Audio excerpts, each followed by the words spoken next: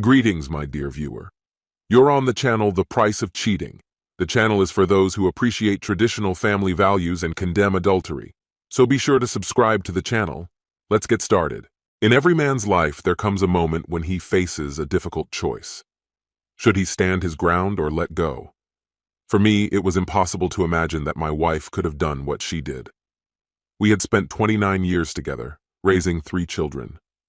Our youngest daughter, Macy, is my little girl, now 19 years old. Mike, our middle son, is 21 and serves in the Navy. Jason, the eldest, is 25, married, and has given me the joy of being a grandfather to 3 grandchildren. I didn't spend years of my life working tirelessly for my family just to lose everything in the end. It wasn't just about my wife's infidelity, but the way she chose to betray me. That's what hurt the most. After 29 years of marriage, I believe Emily just grew tired and decided she needed something new. I'm sure she thought I was too blind, too trusting to suspect her of cheating. She probably felt confident, believing I would never hurt her. Maybe I was too romantic or trusted a woman who didn't deserve it. My name is Richard Wang, and Emily and I are both 50 years old. To others, we might have seemed like a typical middle-aged couple, but I never thought that way. I took care of myself, ran 2 miles a day, ate right, and, most importantly, took care of my family. Isn't that what a man is supposed to do?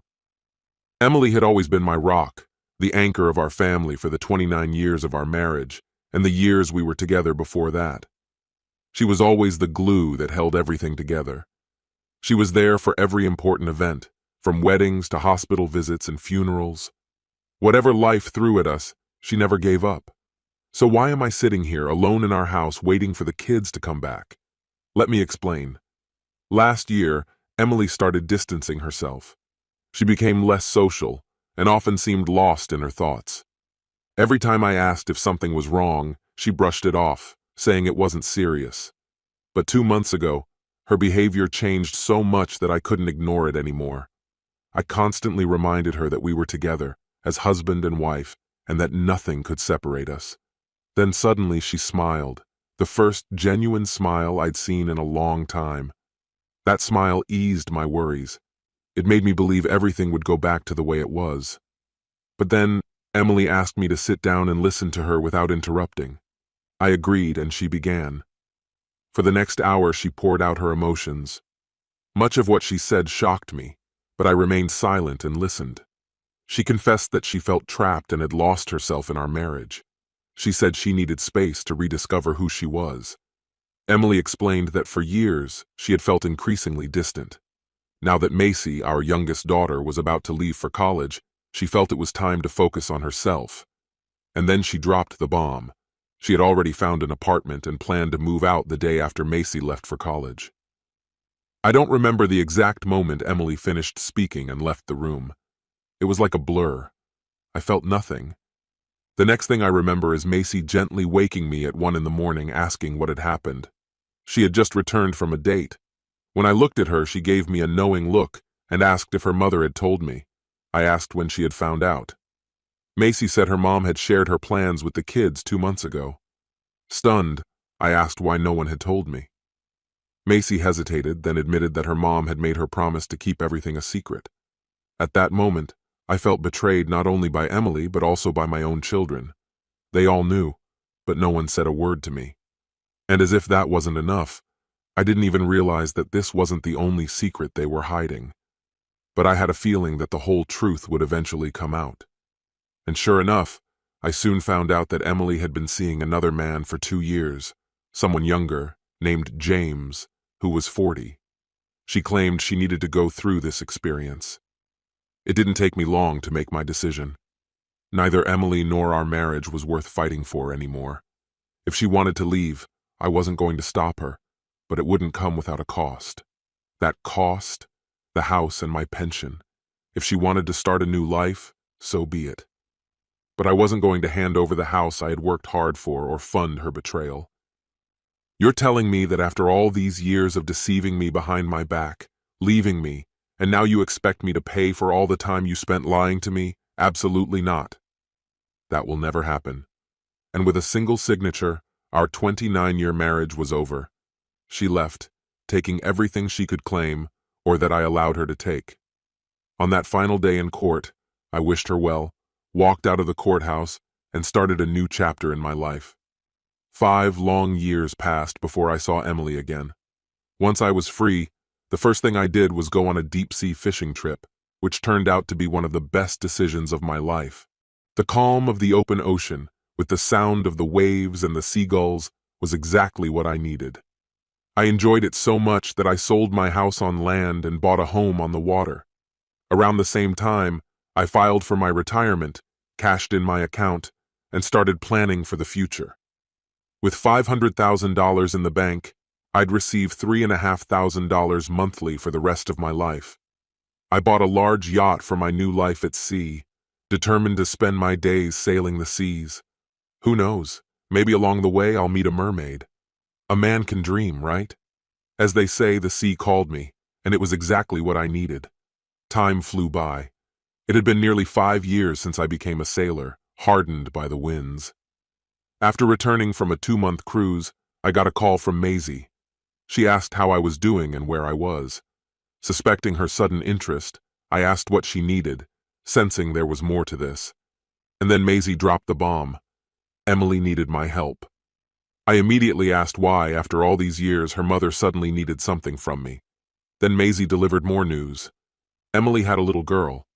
I didn't know about that. When Maisie asked if I'd meet with her mother, I refused. She got angry, asking how I could be so heartless. I replied by asking how she could justify her silence, knowing that her mother was planning to leave me, yet she said nothing. Then I hung up. The phone rang non-stop for the next 10 minutes, but I ignored it. Eventually, I just turned it off. The next morning, I changed my number and started preparing for my next voyage. This time, my small but cozy and woman-free boat was set on course. Just as I was about to set sail, my sons, Mike and Jason, appeared on the dock. They seemed unsure of what to say, so I invited them on board and gave each of them a beer.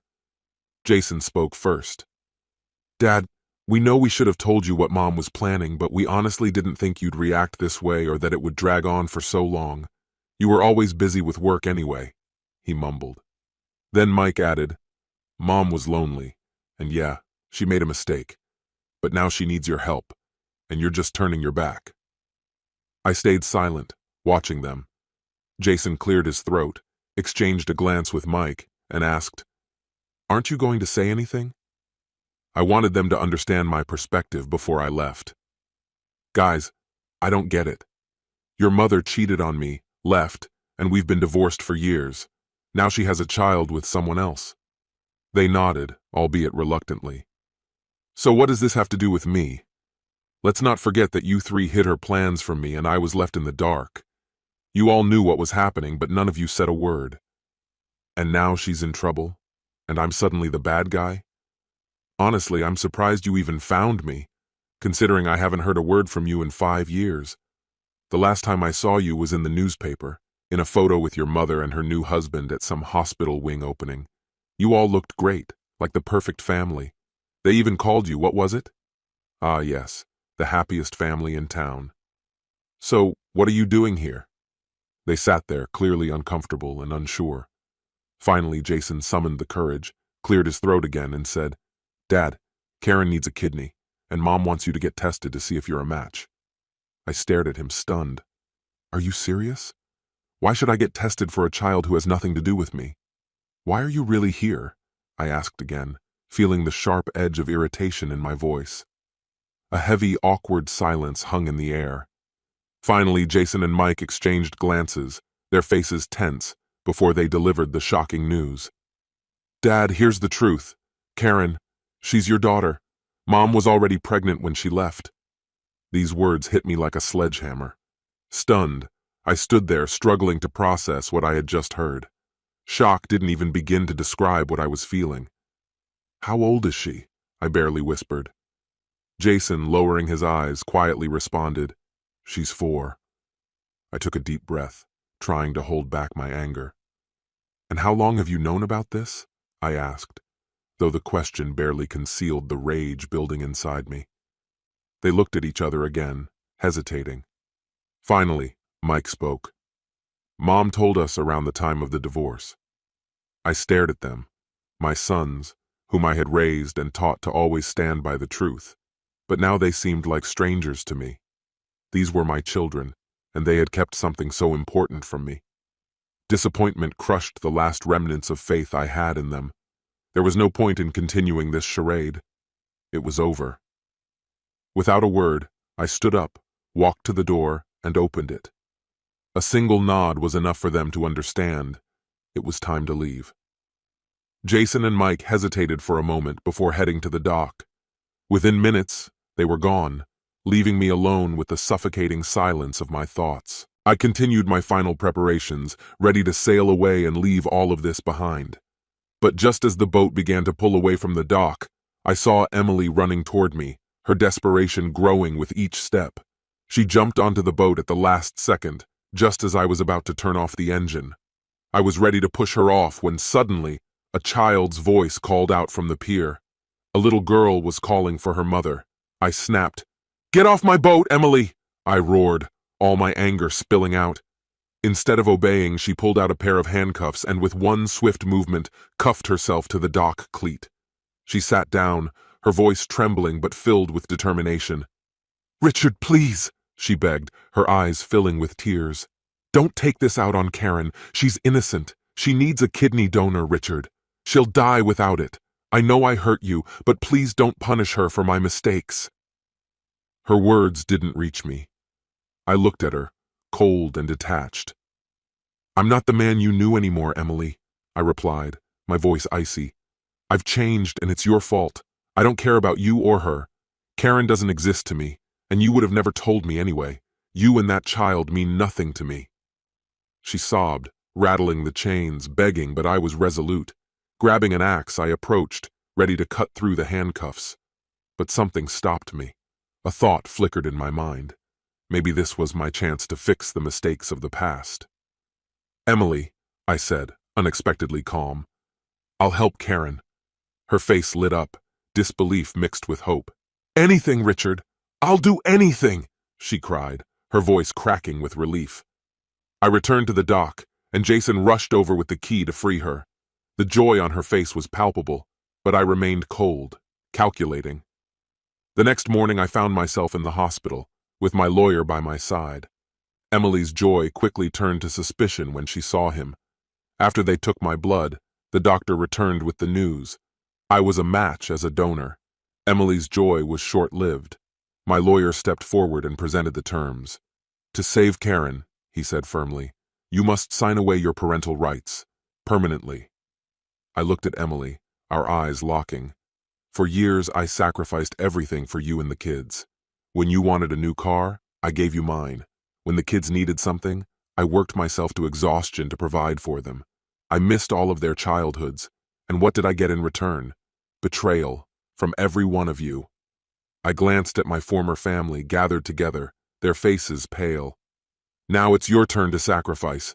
If you truly love Karen, you'll let her go, or you can wait for another donor." Emily's face twisted in rage and despair. "I will never give up my child!" she screamed. Without a word, my lawyer and I stood to leave. Jason and Mike rushed to block our path, but my lawyer stopped them. "Touch him, and I'll make sure you spend the next 10 years behind bars." They froze, torn between anger and common sense. Then my eldest son spoke, his voice shaking with emotion. "How can you live with yourself knowing you're letting your own daughter die?" I stopped and turned to face him, meeting his gaze with cold indifference. "And how do you live with yourself, knowing you turned your back on me? Does that guilt keep you up at night?" "Tonight, I will sleep peacefully." The events that took place at the hospital became the catalyst for a serious conflict. In the days that followed, there was talk of imposing a legal restriction on me that would have kept me in the country indefinitely. But, just at the right moment, I started the engine of my boat, pulled away from the dock, and after about a mile out into open water, I stopped. I calmly rocked on the waves, paying no attention to the commotion and desperate gestures of those left on shore. Soon, a bailiff approached me by boat, but I increased my speed and sped away. They would have had to chase me for hundreds of miles along the coast, before I would even think of unfurling the sails.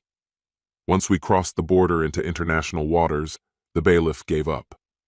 I dropped anchor about a mile offshore, and as soon as I had signal, I called my lawyer to get the latest updates on the situation back home. He told me that Karen's condition had worsened and that Emily was desperate to speak with me. I asked him to arrange a video call. When the call connected, Emily once again begged me to reconsider my decision. I couldn't hold back a smirk. "It's just like how you and the others treated me," I replied. "You three conspired against me and threw me overboard. So, Emily, if you can't accept my terms, we have nothing more to discuss except to say goodbye." In the end, she had no choice but to agree. When I arrived at the hospital, I wasn't alone. I had Child Protective Services representatives with me. To avoid any complications, I also hired 2 former police officers for extra security. No one but me was going to take Karen out of that hospital. Fortunately, the kidney transplant surgery was successful. On the 5th day of our stay, Emily entered my room accompanied by a man, her current husband, the very one she had left me for. He extended his hand for a handshake, but I ignored it, immediately cutting to the chase and asking why they had come. It was obvious they were trying to play on my emotions, but that ship had sailed long ago. Emily and the kids had ensured that. Her new husband, realizing that emotional manipulation wouldn't work, switched tactics and offered me money. Their audacity was almost amusing. They thought they could buy me off. As expected, they left disappointed. On June 10th, Karen and I were discharged from the hospital. By then, Child Protective Services had filed a lawsuit against Emily for interfering with my parental rights. Her court hearing was scheduled 3 weeks later. When we left the hospital, my security detail was vigilant, their hands ready near their holsters, prepared for any danger. Karen and I were escorted to a car and taken directly to my boat. One of the guards boarded first to ensure everything was in order and that no one had snuck aboard.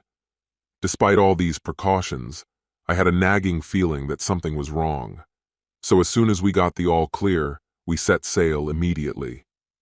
As the shore began to disappear into the distance, Karen cried for hours. Eventually, I called her down to the lower deck and showed her her cabin. It was filled with all kinds of dolls and the most modern games. After a while, she came to me, handed me her phone, and asked me to keep it safe.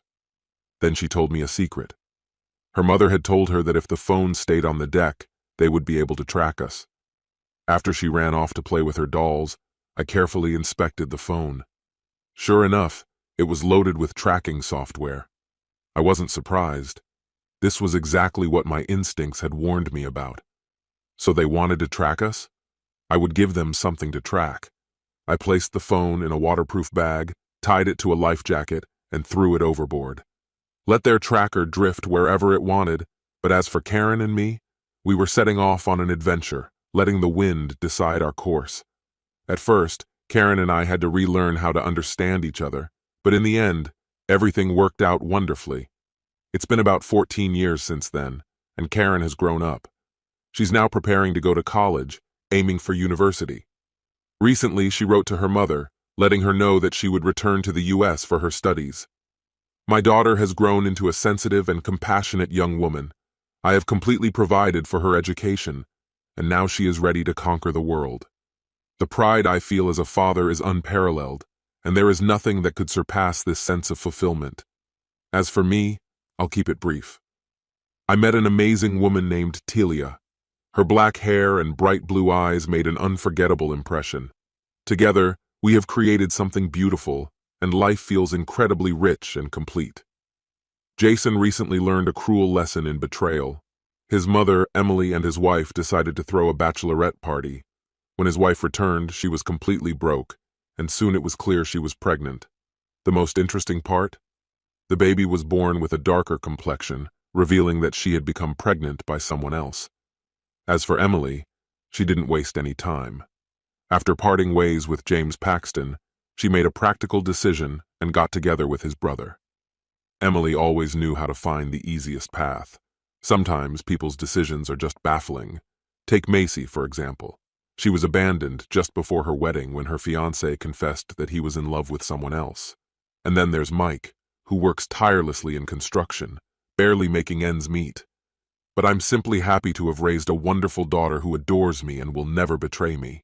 This concludes the story. If you like it, then put your powerful like and subscribe to the channel. Greetings, my dear viewer. You're on the channel The Price of Cheating. The channel is for those who appreciate traditional family values and condemn adultery.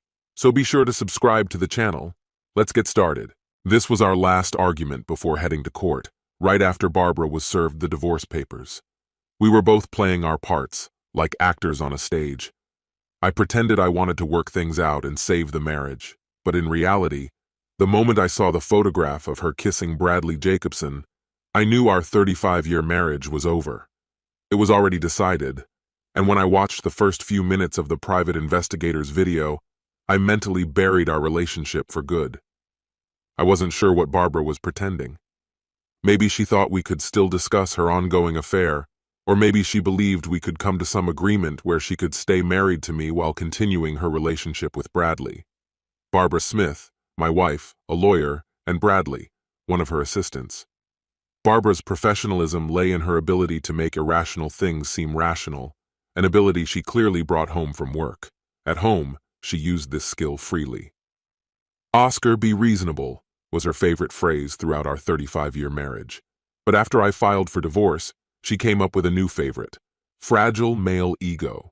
For example, "Oscar, it's not about who I'm seeing or not seeing. It's about your fragile male ego." I began to hate that phrase, so it wasn't surprising that our last conversation didn't last long before she said it again. "Oscar, if you could just deal with your fragile male ego, you'd see that none of this threatens you." She smiled warmly, as if trying to reassure me. "I don't love him, and in a few months, this will all be over. We can still have our happy ending." You had to give Barbara credit for her boldness. She said all this while absent-mindedly tracing the rim of her wine glass with her fingers. On the kitchen table beside her lay a manila folder containing the divorce papers and incriminating photos from the investigator. But Barbara was still talking about being reasonable, as if I could just set aside my fragile male ego and save our marriage.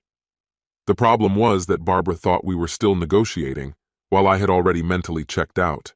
I just wanted it all to end. "Barbara, can we pause for a moment?" I interrupted her mid-sentence. "You keep mentioning my fragile male ego, and that if I could just get over it, everything would be fine. What exactly do you mean by that?" She stopped, frowning slightly, clearly annoyed by my interruption. "It's simple, Oscar. You're afraid of competition. You're worried you won't measure up." She smiled, this time with a hint of pity. "But don't worry, you're still my man." "And Bradley?" I asked, watching her blush slightly. "Bradley?" She hesitated for a moment before responding. "Bradley is just a distraction, like a gym membership. I'm not replacing you or stopping loving you. There's nothing for you to worry about." I looked at her with mild bewilderment, the kind of expression husbands use when they want their wives to feel superior, usually to deflect attention. "So, just to be clear, you think I'm afraid that you'll stop loving me or replace me with someone younger?" She nodded, her smile growing wider. "And you think that makes me insecure? That I need support?" I asked, dragging out the words as if trying to grasp something. "Exactly, darling, there's nothing to worry about," she repeated, patting my hand in a patronizing gesture. "And this insecurity is because I'm a man?" I asked, barely containing my irritation. "Oh, Oscar, it's not just about you," she said, her smile now triumphant. "All men have fragile egos. It's our job as wives to help you stay confident so you remain stable." I wanted to explode, to demand an explanation of how a relationship with a 35-year-old could support me, but I knew that if I gave in to my emotions, she would only dig her heels in further. Barbara suddenly became fascinated with this nonsense from popular psychology about how women are stronger than men, and it didn't surprise me at all. We had been avoiding these topics for years, but I was exhausted. We were nearing the end of our road, and I was tired of pretending to agree. "Barbara, you've been talking about this for a long time now," I said, looking her straight in the eye, "and I've been turning a blind eye. After 35 years together, I've learned to pick which battles to fight." But today, if I wanted her to remember one thing, it would be this. This whole argument was complete absurdity. She tried to interrupt me, but I wasn't going to let her throw me off. The reason people talk about the fragile male ego is because it's truly unusual. You've seen the videos. How often have you seen a man get hit in his most vulnerable spot? She nodded, acknowledging the truth of my words. For a moment I thought she might back down, but I knew her better than that. Often, she admitted. Exactly, I continued. And it seems funny, at least from a woman's point of view, because men appear so strong, but one hit can take us down, and we're left writhing, gasping for air. Do you understand what I'm saying? I asked. She nodded again, but I wasn't going to stop. Now, imagine if a woman were hit in the same way. Nobody would laugh, right? She agreed. Why not? If one person's pain seems funny, why isn't the other's? Because it's cruelty, she answered. When a man hits a woman, it's cruelty. And when a woman hits a man, isn't it? I shook my head. Forget it. That's not the point. The point is, we don't laugh when a woman is hurt because society tells us women are fragile, weak. So when a woman cries, nobody finds it funny. She looked puzzled, so I pressed on. It's the same with ego. At work, my friends constantly joke about my job, my body, my hair, anything they can find, and I just let it pass. Now imagine if your friends did that to you. Imagine going to work every day and they constantly point out your most painful insecurities. How would you feel? Oh God, she said, horrified. I can't imagine women doing that to each other. Definitely not all the time. Exactly. But that's what we strong men do. We laugh it off, make jokes, and move on. I patted her hand lightly, unsure if she caught the hint of condescension in my voice. The truth is, the only place I allow myself to be fragile, vulnerable, is here, at home. Here, I lower my defenses, take off the armor, and show my soft side, hoping you won't take advantage of it. What you call my fragile male ego is just my willingness to be vulnerable in the one place I feel safe. Do you understand? Barbara smiled and nodded, but I could see she was already preparing to argue. Yes, Oscar, she said. Here you're safe. You can be vulnerable. I'm not going to destroy what we've built over some meaningless affair. I sighed, taking off my glasses and pinching the bridge of my nose. You still don't get it, Barbara. I believed you when you said I was the best lover you've ever had, even though I knew that couldn't be true. How could it be? I've only had one partner in 35 years. I forced a weak smile. I believed you when you said I was enough for you, that my size was perfect, that my body still excited you. I took you at your word, even when I knew you were just flattering my ego. I chose to trust you, to be vulnerable with you, because I thought you wouldn't betray that trust. But you did, I shouted, slamming my hand on the table. Barbara's eyes widened in shock, and she fell silent. I took a deep breath, trying to keep the tremor out of my voice. It's been about a year since I started noticing how carelessly you've been treating my vulnerability. The way you reacted when I undressed, how you averted your eyes in moments of intimacy, it was impossible to ignore. And those comments you made, which seemed like innocent suggestions about how I should go to the gym more often or drink less beer, I heard every one of them. She looked at me, stunned, but I didn't stop. I began to notice changes in our connection. You stopped sharing the little details of your day and stopped asking about mine. You were around less and less. Even before Bradley came into the picture, I already felt that you were no longer the safe place you used to be. You were no longer the one who protected my feelings. I paused, feeling a tightness in my throat. She, a lawyer, had lost her words? I kept my gaze fixed on hers, not looking away. Her eyes glistened, and I knew mine did too. But I held back the tears. Barbara, I tried. I really tried. I took you to dinner more often, complimented your outfits. I planned trips for just the two of us, made time for us to be together. I did everything I could to remind you how much you meant to me. I dressed better, started working out again. I hoped it would bring back memories, remind you of how important I used to be to you. I looked at my hands, fighting back tears again. Not now. I couldn't let her see me break. I couldn't afford to be vulnerable anymore. But nothing worked. It wasn't enough. You always had reasons to cancel our dinners, explanations for why we couldn't go on trips. When I told you how beautiful you looked, I saw in your eyes that you were thinking about whether I knew you were dressing for him. And when I sent flowers to your office, your silence was deafening. I looked at her again. Later, when you started picking fights just to avoid spending time with me, I knew I had lost. You forgot that I was once special to you, and as a result, you lost that special place in my heart too. I never used arguments as a reason to avoid intimacy. I sighed in frustration. Seriously? Was that all she took away from this? Barbara, why can't you be honest? If not with me, then at least with yourself. For the past year, you've been pushing me away. She shot me a quick glance, then lowered her eyes to her hands again, hands that still felt so familiar to me. I shrugged slightly. Yeah, back then my ego was fragile. I spent a lot of time in my office mourning the slow death of what we had. I tried to hold on, to create the appearance of strength, the same strength I show at work, so you wouldn't see how much you had hurt me. I started finding reasons to avoid home, to avoid someone who seemed determined to hurt me without bothering to hide it. She looked shocked, and I smiled slightly, lightly touching her hand. But you'll be glad to know my fragile ego has healed. I've filled my life with new things, found people who made me feel valued again.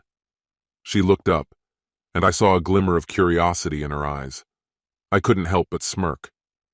No, I didn't cheat on you, but I did notice that some of the women at the gym were less annoyed by my presence. When I gathered enough evidence and started talking to a lawyer, you had no idea how shattered my fragile ego had been. Is that it? I thought so. I'd said everything I needed to, and for the first time I believed she finally heard me. Maybe now we could find a way to move forward. But of course I was married to a lawyer. For her, there are no lost cases. Oscar, that wasn't necessary, she shouted. Yes, I was distracted, I admit it. But I never stopped loving you. In my heart you were always number one. I'm sorry I didn't realize how much I was hurting you, how fragile you were. Barbara kept talking, painting vivid pictures with her words, but I had already stopped listening. The word fragile surfaced again. She still didn't understand, and I suddenly realized she probably never would. I wasn't going to soften the blow anymore. Barbara, stop, I said sharply. I knew she could hear the irritation in my voice, despite my attempts to suppress it. I took a slow, deliberate breath. You really don't get it, do you? You're convinced this is about me, about my fragility, about some fragile male ego, right? There's nothing wrong with that, I continued, keeping my tone steady. Everyone, men, women, has an ego that's fragile to some extent. We all rely on those we love to protect it. But yes, men can be particularly sensitive in this area. I leaned forward, holding back the sarcasm that was ready to burst out, though she certainly wasn't making it easy for me. Let me tell you a little secret. Barbara, for most of our 35 years, I've been careful with the truth when it came to you. When you asked if that lipstick was right or if that dress was too tight, I had to find words that told the truth without hurting you. I didn't want you going out looking like a clown, or worse, something else. Her face flushed, her eyes widened at the bluntness of my words. She clearly wasn't used to this level of honesty, and I couldn't help but find it slightly amusing. Barbara, when I said things like, I don't think that shade of lipstick matches your top, or maybe you should change. I don't want the neighbors talking about your cleavage. I wasn't hesitating or unsure. I was giving you a chance to reconsider without crushing your self-esteem. I paused, letting the weight of my words sink in. Do you know why I did that? She shook her head, visibly confused. Because I didn't want to hurt your ego. That's absurd, she snapped, her face twisting in anger. I can remember plenty of times when you didn't hold back at all. I chuckled. I admit, I wasn't perfect. We both remember the time I said your eyeshadow made you look like a streetwalker, or when I agreed the dress wasn't exactly flattering on you. Her eyes darkened at the memory, that famous cold silence that followed with a sarcastic, thanks for your honesty. And of course, the weeks of icy distance between us. It was then that I realized that blunt honesty wasn't always the best approach, especially when it came to my opinion of your appearance. So you've been lying to me for 35 years, Barbara shot back, her voice filled with fury. It was time to end this conversation. Let's call it an edited version of the truth. I told you that you were the most beautiful woman I'd ever seen, that your workouts made you look younger by a few years, that even Venus would envy your figure. I gave you the same lavish compliments you gave me. It was my way of showing how I saw you, and yes, maybe a little bit to protect your ego too. My ego isn't fragile, she snapped, clearly insulted. Barbara, I said, looking her directly in the eyes, you have a big ass. Her reaction was instant. Shock froze on her face, as if she'd been struck in the chest. What? I smiled, though my words were harsh. You have stretch marks. Your breasts aren't as firm as they used to be. Your hair is starting to gray, and your teeth aren't as white as they once were. Those expensive creams you buy don't hide the wrinkles or your double chin. Maybe it's time to accept aging gracefully because fighting it isn't working anymore. Her mouth dropped open, her eyes widened in disbelief. Every word hit exactly where I wanted it to. Oh my God, Oscar, she whispered, utterly stunned. Barbara, remember the feeling you have right now? Think about it, I said, giving her a moment to process. Now imagine if I told you I was sleeping with a young woman from work, someone 5, maybe 15 years younger than you. She has a toned body, full breasts, and she's putting her all into the relationship. It's fresh, and she's giving it all her energy. Imagine me coming home to you after seeing her a couple of times a week. How's your ego now? Maybe it's a little fragile too. Barbara's face turned pale. Yes, she muttered, her voice barely audible. You never truly understood, I began, and my words carried the weight of the moment. I was never blind to the truth. I know you're not the most beautiful woman in the world. To be honest, I could walk out right now and, without much effort, find several women whom many would consider more attractive. I glanced at her, but she didn't lift her eyes. Her head bowed in silence as tears rolled down her cheeks. You're not the most beautiful, not the smartest, and not even the funniest, but to me, you were all of that. In my eyes, you were everything. Where others might see flaws, I saw the life we've lived together. Your breasts aren't as firm anymore because they nourished our children. Your body has changed because it carried them into the world. The lines on your face came from the laughter and joy we've shared together. When I looked at you, I saw our entire life etched on your body. Every scar, every change, it all told the story of the years we've walked hand in hand, and I cherished every detail. Slowly, she raised her head, her face twisted in pain, as if bracing for the final crushing blow. And now? What do you see now? God help me, I thought. She's literally asking me to say the cruel words she's expecting. It would be so easy. A part of me, a large part of me, wanted to deliver that final destructive blow, the blow that would break her so completely that she'd spend years trying to rebuild her self-esteem, seeking comfort elsewhere. And yet there she stood, chin raised, ready for it. But here's the thing. It's no longer about delivering the final blow, and it's not just about Barbara anymore. She looked in the mirror, saw time slipping away, and decided she could escape it by running into the arms of a younger man. And when everything collapsed, she tried to hold her head high, throwing challenges and sharp words. But now we both understand. She's fragile, small, and soon she'll be alone. As for me, I've already cried my tears, alone in the car at a quiet park not far from home. For months I wore a mask of indifference, silently mourning the slow, inevitable death of our marriage, all while living in the same house with a woman who had betrayed me. Now it was time to figure out what to do next with my life. The first question was simple. Who did I want to see in the mirror every day? A man who unleashed his anger when the chance came.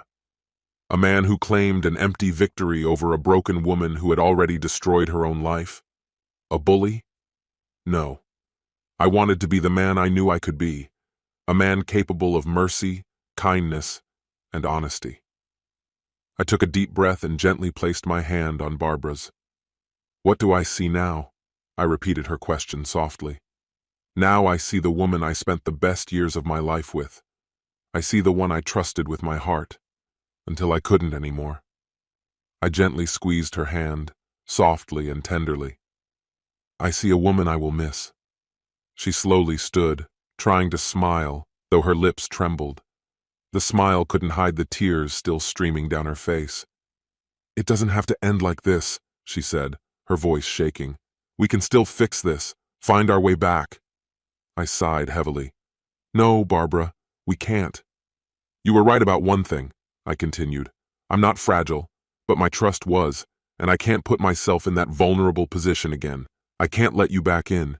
Yes, we could stay together, sleep in the same bed, go on trips, make new memories, but I'd always wonder." "Wonder about what?" she whispered. "I'd wonder if you were judging me, comparing me to someone else. I'd wonder if you stayed out of love or just because it was easier." "That's not fair," she whispered. "I'm not going to live like that," I finished, my voice firm and final.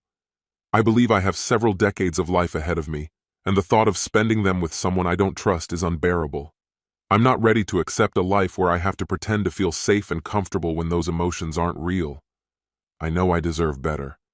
If you truly loved me, you wouldn't want me to go through this. No one should." Despite all of Barbara's legal experience, I could always see through her, especially at moments like this.